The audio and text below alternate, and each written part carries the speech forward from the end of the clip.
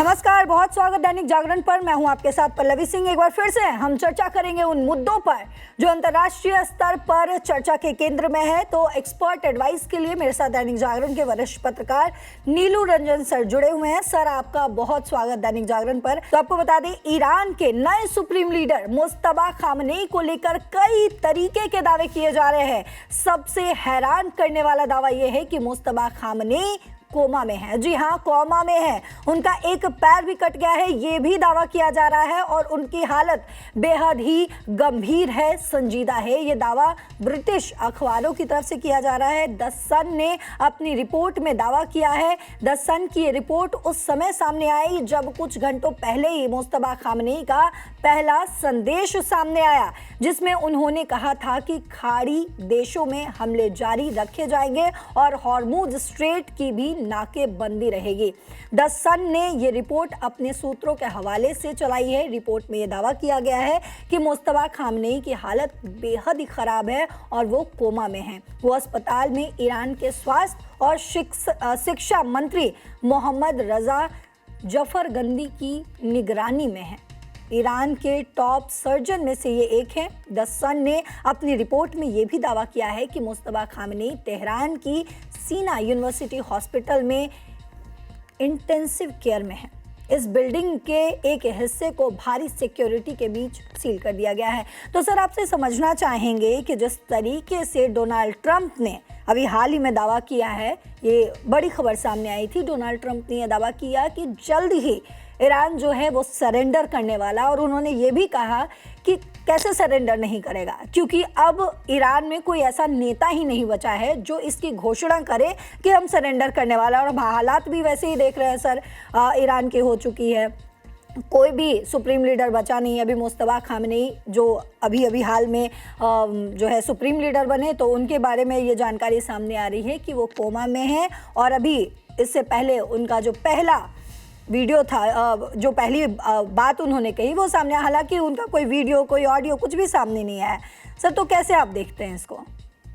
नहीं, देखिए, ये बहुत महत्वपूर्ण जानकारी है और ये आपको दर्शकों को कम से कम बता दें ये कि उनको याद आना चाहिए कि जब मेन खोमेनी जो मारे गए थे, जो सुप्रीम लीडर मारे गए थे, तो उसकी भी सबसे पहली बार जो घोषणा हुई थी वो पश्चिमी देशों की तरफ से हुई थी। फॉरेन जो है मीडिया, उसने जो वेस्टर्न मीडिया है उसने किया था, और इजराइल ने किया था, फिर ट्रंप ने किया, और बाद में एक्सेप्ट किया ईरान ने कि हाँ उनकी डेथ हुई है। यहाँ भी जो बात है, कोमा की बात अब नहीं आई है, लेकिन हाँ 2 दिन पहले ही आया कि वो उस जो हमला हुआ था, उस हमले में जो नए जो सुप्रीम लीडर हैं वो भी घायल हुए हैं। घायल होने की बात थी। बाद में जो अभी राष्ट्रपति हैं, उनके बेटे ने सोशल मीडिया पे एक बताया कि नहीं, वो घायल तो जरूर हैं लेकिन वो ठीक ठाक हैं। अब सवाल ये है कि अगर ठीक ठाक हैं और इतने दिनों बाद, जबकि उनकी घोषणा हो गई थी कि सुप्रीम लीडर जो हैं वो मुस्तबा होंगे और उनको चुन लिया गया था, अब जब ये बात फैलने लगी कि भाई उनकी डेथ हो चुकी है, कोमा में है और उनको मतलब किसी भी स्थिति में नहीं है कि वो लीड कर सके देश को, तो उनका एक भाषण चलाया गया। भाषण इसलिए चलाया गया था कि ताकि लोगों को ये भरोसा हो कि देखो हमारे सुप्रीम लीडर जो नए हैं वो जिंदा हैं और वो देश को संबोधित कर रहे हैं, बदला लेने की बात कर रहे हैं, वो देश की जीत की तरफ ले जा रहे हैं, और जो हॉर्मुज का जो स्टेट ऑफ हॉर्मुज है वो बंद रहेगा, ईरान की मर्जी के बिना कहीं कोई पत्ता भी वहां नहीं हिलेगा, और पूरी दुनिया जो है वो घुटनों के बल आ जाएगी बहुत जल्द ही, जो चला है इन्होंने चाल उससे। लेकिन उसने जो पुराने दावे थे कि वो कोमा में है, उसको और पुष्टि कर दिया, क्योंकि अगर मान लिया कि ऑडियो भी उनका आता तो ये होता कि चलो कहीं छुपे हुए हैं। बिल्कुल सर, यही सवाल लगातार बन रहा है कि अगर मुस्तबा खामनेई ठीक है और जिस तरीके की जो बात कही जा रही है कि अमेरिका को नहीं छोड़ेंगे, जो पहला बयान कह सकते हैं कि जो सामने आया, वो भी एक एंकर की तरफ से, एक वेस्टर्न मीडिया यानी कि ईरानी मीडिया की तरफ से जो है एक एंकर ने उसको एलिब्रेट किया है। वो मुस्तबा खामनेई के ना ही आवाज़ में वो बात कही गई, ना ही उनका कोई वीडियो जो है वो साझा किया गया।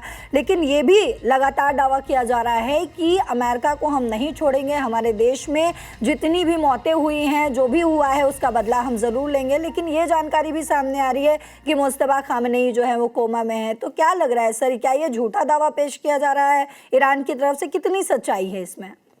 देखिए, प्रोपेगेंडा वार है, ये प्रोपेगेंडा वार इसको बोलते हैं और ये लड़ाई का एक हिस्सा होता है। और अगर आपके एक सुप्रीम लीडर मारे गए, दूसरा आपने चुन लिया, अगर वो कोमा में है और कोई लीडर ही वहां नहीं है, सुप्रीम लीडर नहीं है, क्योंकि प्रेसिडेंट की ताकत बहुत ज्यादा नहीं होती है वहां पे। वो आपने देखा कि प्रेसिडेंट ने बयान दिया कि हमने माफी मांगी थी कि हमने अपने पड़ोसी देशों पे, जो पड़ोसियों पे जो हमला किया है उसके लिए माफी चाहते हैं, हमारा उद्देश्य वो नहीं था, हम तो केवल अमेरिका और इजराइल के, अमेरिका के जो ठिकाने थे उनको निशाना बना रहे थे। लेकिन उसके तत्काल बाद जो है वो हमले शुरू हुए, तेल डिपो पे हमले हुए, एयरपोर्ट पे हमले हुए, यूएई में हुए, बहरीन में हुए, कतर में हुए, हर जगह हमले हुए। तो इसका मतलब ये कि राष्ट्रपति वहां पे महत्वपूर्ण नहीं है, महत्वपूर्ण सुप्रीम लीडर है। और अगर दूसरी सुप्रीम लीडर की मौत की बात आ जाती है तो फिर यह होगा कि अब तीसरा कैसे चुना जाएगा और कौन चुनेगा। क्योंकि बड़ी बात यह है कि जो खमेनेई की जो मौत हुई थी पहले दिन और पहले स्ट्राइक में, उसमें आपको ध्यान होगा कि उसमें 40 जो टॉप कमांडर थे उनके साथ वो बैठक कर रहे थे और सभी के सभी मारे गए थे। जो मुस्तफा की भी बात है, जो कल उन्होंने पूरा संबोधित किया देश को, उसमें उन्होंने खुद स्वीकार किया कि उसमें उनकी पत्नी भी मारी गई, उनका जो एक बेटा था वो भी मारा गया। ये चीजें उन्होंने खुद कही हैं। अब जब सब लोग मारे गए तो निश्चित रूप से इनके जो घायल होने की बात आ रही है और कोमा में होने की बात आ रही है, ये हो सकता है कि पश्चिमी देशों का प्रोपेगेंडा हो, लेकिन उनका सामने नहीं आना, उनकी आवाज में जो संबोधित नहीं करना, ये दिखाता है कि मामला कहीं ना कहीं सीरियस है। दूसरी बात कि जिस दिन से ये बातें निकली है, आप देखेंगे कि जो पूरी की पूरी लड़ाई जो अब आ गई है, जो ईरान का जो पूरा का पूरी लड़ाई है, वो ये है कि हम हॉर्मुज को नहीं खोलने देंगे और वहां से हमारी अनुमति के बिना कोई भी तेल टैंकर जो है वो क्रॉस नहीं करेगा, कोई सामान क्रॉस नहीं करेगा। तो अब ये उनका है कि, और दावा भी किया है कि हम $200 तक ले जाएंगे, प्रति बैरल तेल की कीमतें जाएंगी और दुनिया तैयार रहे।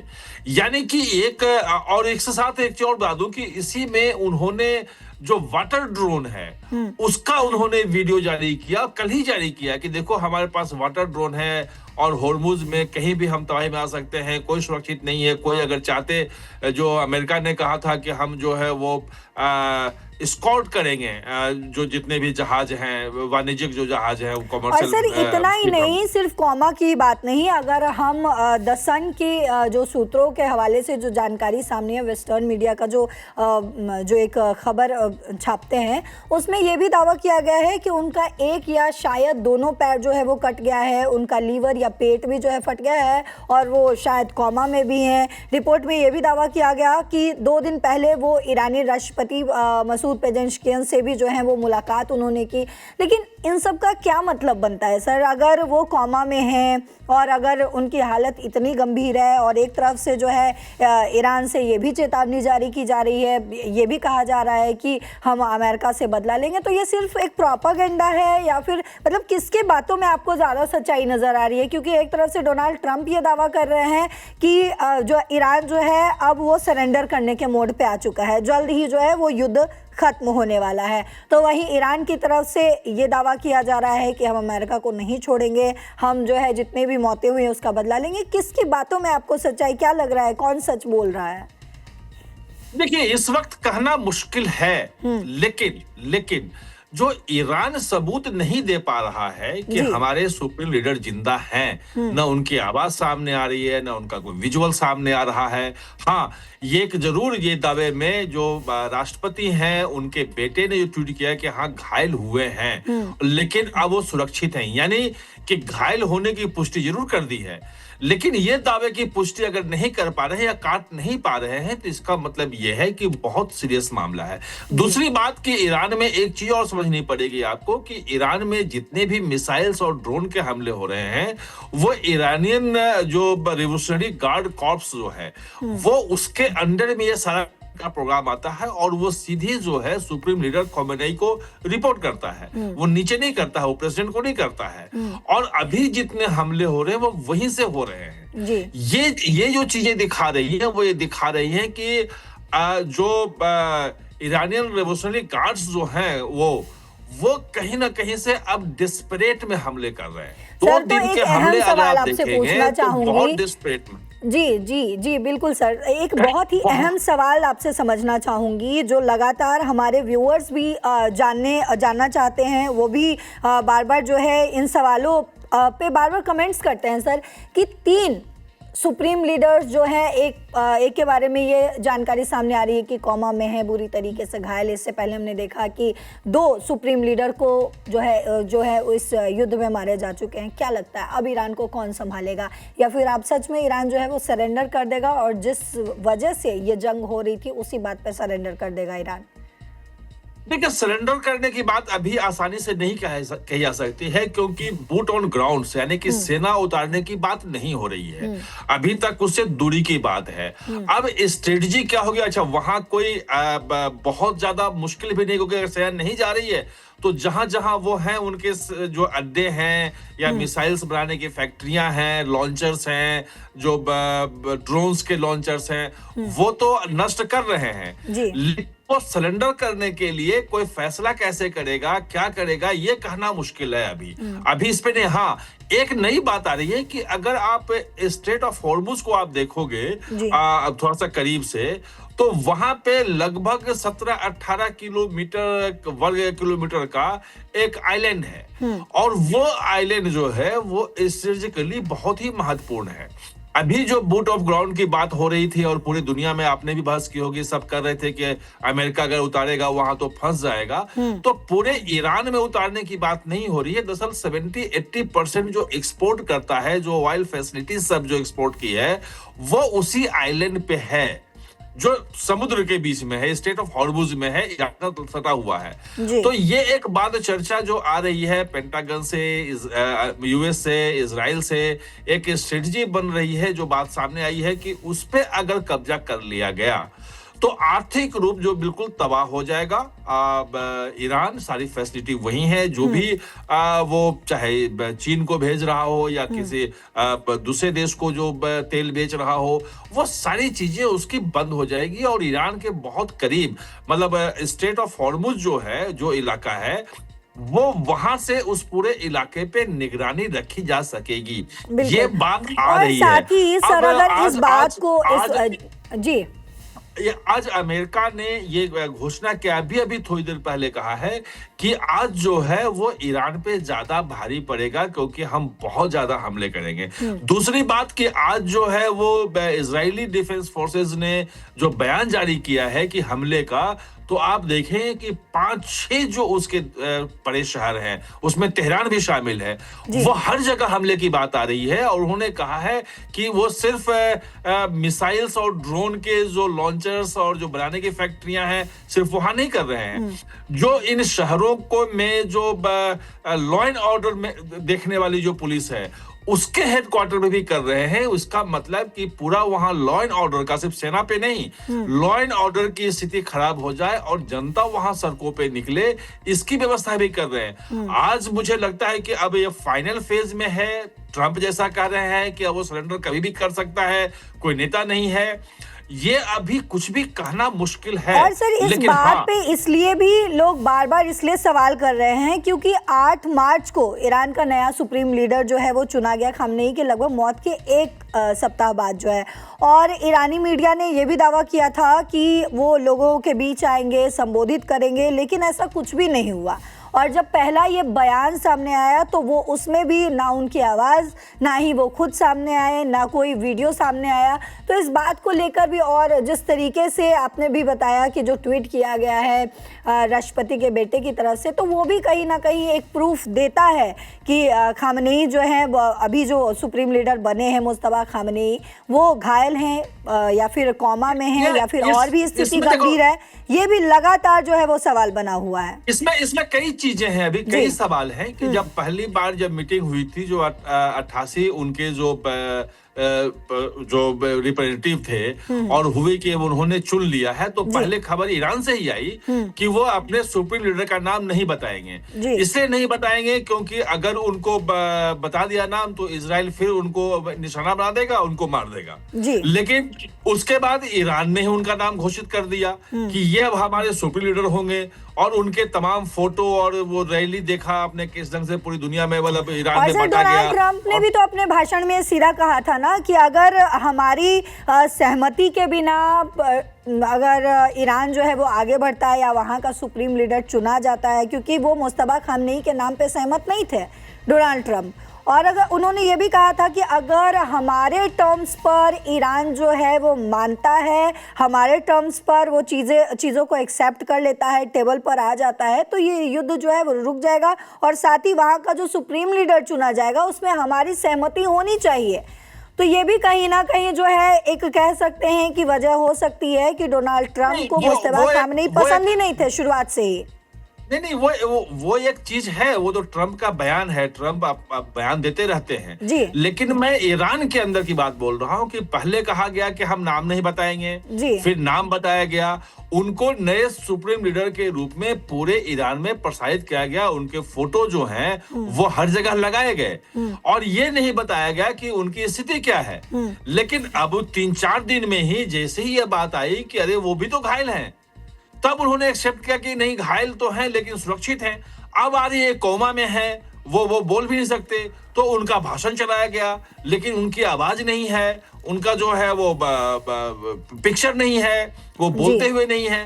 तो ये दिखाता है कि कहीं ना कहीं ईरान जो है वो खुद को एक देश के रूप में कि एक लीडर के साथ अंतर्गत हम जो 1979 में जो एक ईरान बना इस्लामिक रिपब्लिक, वो अभी जिंदा है, उसका एक लीडर है, एक लीडर भले मर गए हों लेकिन लीडर है, और एक लीडर के नेतृत्व में ईरान लड़ रहा है। लेकिन मैसेज उल्टा, अगर खोमेनी की मौत की पुष्टि हो जाती है और एक्सेप्ट कर लेता है, तो इसका मतलब कि वहां का जो जनता है, 9 करोड़ पॉपुलेशन है, मोरल पूरी तरह डाउन हो जाएगा, वो हताश हो जाएंगे, और जनता अगर एक बार हताश हो जाती है तो फिर सेनाएं सिर्फ युद्ध नहीं लड़ती हैं, युद्ध सेनाएं तभी लड़ती हैं जब जनता को यह भरोसा होता है कि हमारी सेना जीत रही है और हमारे लीडर कोई है जो ये युद्ध को लड़ रहा है, जो नेतृत्व दे रहा है। वहां अब जो स्थिति आई है, मैं फिर कह रहा हूं कि ये पश्चिम का प्रोपेगेंडा हो सकता है, जैसा सर अगर एक आपसे सवाल पूछना चाहूंगी, अगर जिस तरीके से ये जानकारी सामने आई है, और सिर्फ ईरान की तरफ से नहीं, वेस्टर्न मीडिया की तरफ से नहीं, बल्कि अगर हम डोनाल्ड ट्रंप के ने जो भाषण दिया उसमें कहा है कि ईरान जो है वो सरेंडर मोड पे है, क्योंकि वहाँ कोई अब ऐसा नेता बचा ही नहीं जो ये कह सके कि हम सरेंडर मोड पे हैं, तो अगला कौन? ये बेहद महत्वपूर्ण सवाल आपसे समझना चाहूँगी कि अब ईरान के पास अगला ऑप्शन कौन है, क्योंकि अभी तक 3 खामनेई की सुप्रीम लीडर की, एक तो अभी कोमा में बताए जा रहे हैं, लेकिन 2 सुप्रीम लीडर की हत्या हो चुकी है और तीसरा जो है वो कोमा में है, तो अगला ऑप्शन कौन? देखिए, अगला ऑप्शन के बारे में कहना अभी मुश्किल है। 2-3 चीजें चल रही हैं, जैसे आपको बता रहा हूँ, 2-3 चीजें चल रही हैं कि अभी भी जो ईरानियन रिवोल्यूशनरी गार्ड है वो अभी भी मतलब झुक रहा है उस ढंग से नहीं, और जितनी तबाही करना चाहता है वो कर रहा है। उसको लग रहा है कि जो भी जिस ढंग से उसको पढ़ाया गया है, जिस ढंग से उसको प्रशिक्षित किया गया है, तो वो अभी भी लड़ने में लगा हुआ है। 2-3 ऑप्शन इनके पास थे। एक तो जैसा मैंने आपको बताया कि जो हॉर्मुज में जो एक द्वीप है 17-18 स्क्वायर किलोमीटर का, कि उस पर कब्जा करके और उसका पूरा बैकबोन तोड़ देना और वहां लोगों को एनलीज करना। दूसरी बात कि मैंने बताया कि जो पुलिस जो वहां है उसके जो हेडक्वार्टर्स हैं वहां पे हमले हुए हैं, यानी कि लॉ एंड ऑर्डर की सिचुएशन खत्म हो जाना। तीसरी के पहलवी का जो वहां के जो राजा थे, उनके जो बेटे निर्वासित जो अभी अमेरिका में रह रहे हैं, उनका आज फिर बयान आया है और उन्होंने कहा है कि जनता बाहर निकलो, अब वहां पे कोई नहीं है और आप लो अपने जो आपका ईरान था उस ईरान को अपने हाथ में आप लो। तो ये तमाम चीजें हैं। एक कुर्द का इलाका था कि जो लगभग 1 करोड़ आबादी, 1 करोड़ 30 लाख के आसपास आबादी है कुर्द की वहां पे। तो ये था कि कुर्दों को वहां इराक से भेजा जाए और वहां पे एक विद्रोह की स्थिति खड़ी की जाए और वहां से वहां पे सत्ता परिवर्तन करवाया जाए, नए लोग लाए जाएं। लेकिन कल ट्रंप का जो बयान आया कि वो पीछे हट गए, क्योंकि वो कुर्द का इलाका जो है वो टर्की में भी आता है, वो इराक में भी आता है, वो बहुत बड़ा जो है अस्थिरता का बड़े इलाके में फैल जाएगी, तो वो छोड़ दिया। छोड़ने के पीछे मुझे कारण ये लग रहा है कि जब दूसरे सुप्रीम लीडर के मरने की बात हो गई, तो जिस ढंग से हमला कर रहा है हताशा में, तो अमेरिका को ये लग रहा है, इजराइल को लग रहा है कि अगर 1-2 दिन इस ढंग से हमले और इसका जवाब दिया गया और उनके मिसाइल्स और ड्रोन की क्षमता खत्म कर दी गई, तो अपने आप को कोलैप्स कर जाएगा। कोई एक और अगर कोई एक छोटा सबूत मिलता तो उस पर कहा जा सकता था कि हो सकता है कि ये प्रोपेगेंडा बनाया जा रहा है, लेकिन कई सबूत, डोनाल्ड ट्रंप का ये कहना, ईरान की तरफ से राष्ट्रपति के बेटे का ट्वीट करना और अब वेस्टर्न मीडिया का भी इस तरीके से कहना, ये तो कई सबूत हो गए ना सर सामने, तो ईरान की तरफ से ही कि हाँ, मुस्तफा खामनेई जो है उनकी हालत ठीक नहीं है और ईरान को संभालने के लिए एक सुप्रीम लीडर चाहिए होता है, क्योंकि वहाँ के राष्ट्रपति, अगर ईरान की हम बात करें तो राष्ट्रपति की वहाँ पर सुप्रीम लीडर से पावर जो है वो बहुत कम है। सवाल मेरा अभी भी सर वही है कि आखिर कौन संभालेगा अब ईरान को, या फिर ईरान जो है अब अमेरिका के सामने झुक जाएगा, जिस वजह से इस युद्ध की शुरुआत हुई, वो वजह जो है अब चाहे हम बात करें डोनाल्ड ट्रंप की या फिर इजराइल की, दोनों हासिल जो है वो कर लेगा। देखिए, हासिल यही है जो शुरू से इनका जो कार्यक्रम मतलब उद्देश्य रहा है कि वहां पे हमारी सेना को न उतरना पड़े, मतलब बूट ऑन ग्राउंड जिसको बोलते हैं, क्योंकि वो अफगानिस्तान हो, चाहे इराक हो, चाहे जहां भी है, वो अमेरिका जाके फंसी है, वियतनाम से लेके अभी तक फंसी है और लंबी लड़ाई हो जाती है, क्योंकि वहां आपको 1 to 1 लड़ना पड़ता है।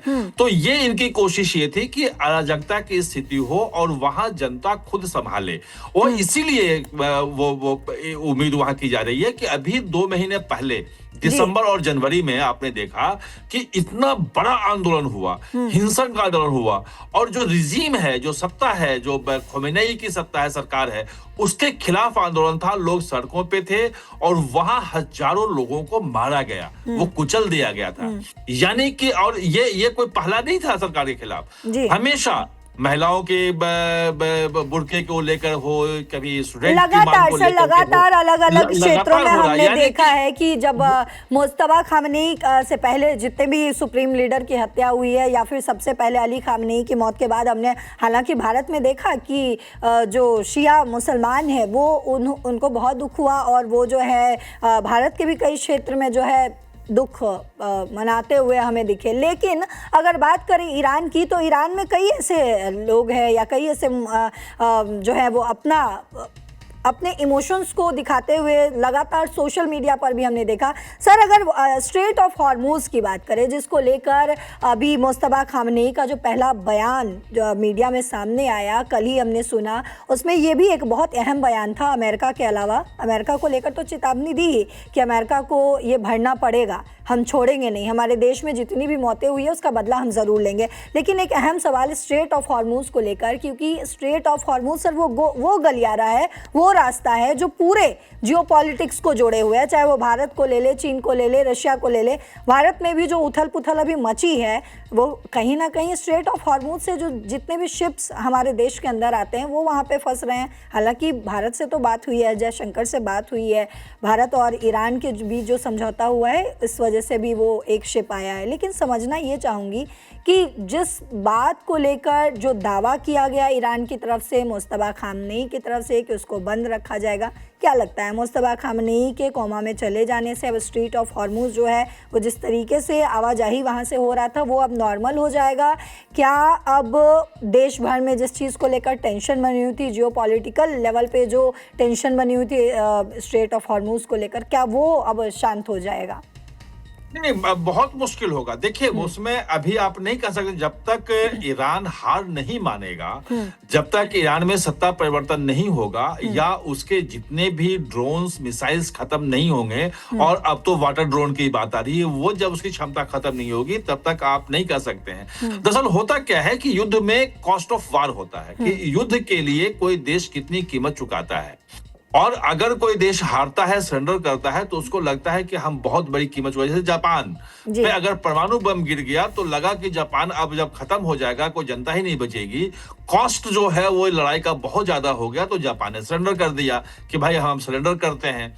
तो ये जो ईरान की कोशिश ये है होर्मुज के मार्फत कि कॉस्ट ऑफ वार जो है वो बढ़ाया जाए पश्चिमी देशों के लिए और उसके सहयोगियों के लिए, जी। क्योंकि उनको ये लगता है कि अमेरिका और इजराइल इसलिए हमला कर पा रहा है क्योंकि उसके एयर बेसेस जो हैं वो खाड़ी के देशों में है, जी। वो कतर में है, सऊदी अरब में है, बहरीन में है, यूएई में, हर जगह पे है और इसलिए कर रहा है। और इन सब देशों की जो आमदनी है वो मेन 80-90% जो है वो इन्हीं तेल की बिक्री से हो रहा है। जी। और वो सब के सब कहां से जा रहे हैं?